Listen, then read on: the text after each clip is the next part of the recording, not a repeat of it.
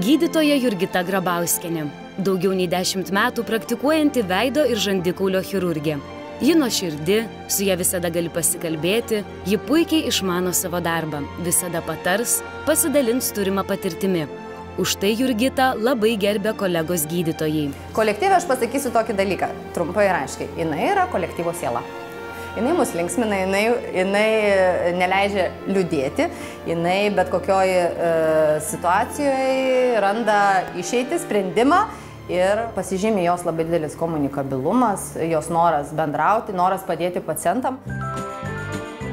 Kiekvieną dieną nuo ankstaus ryto ji pluša savo kabinete, visada su šypsena priimanti kiekvieną savo lankytoją.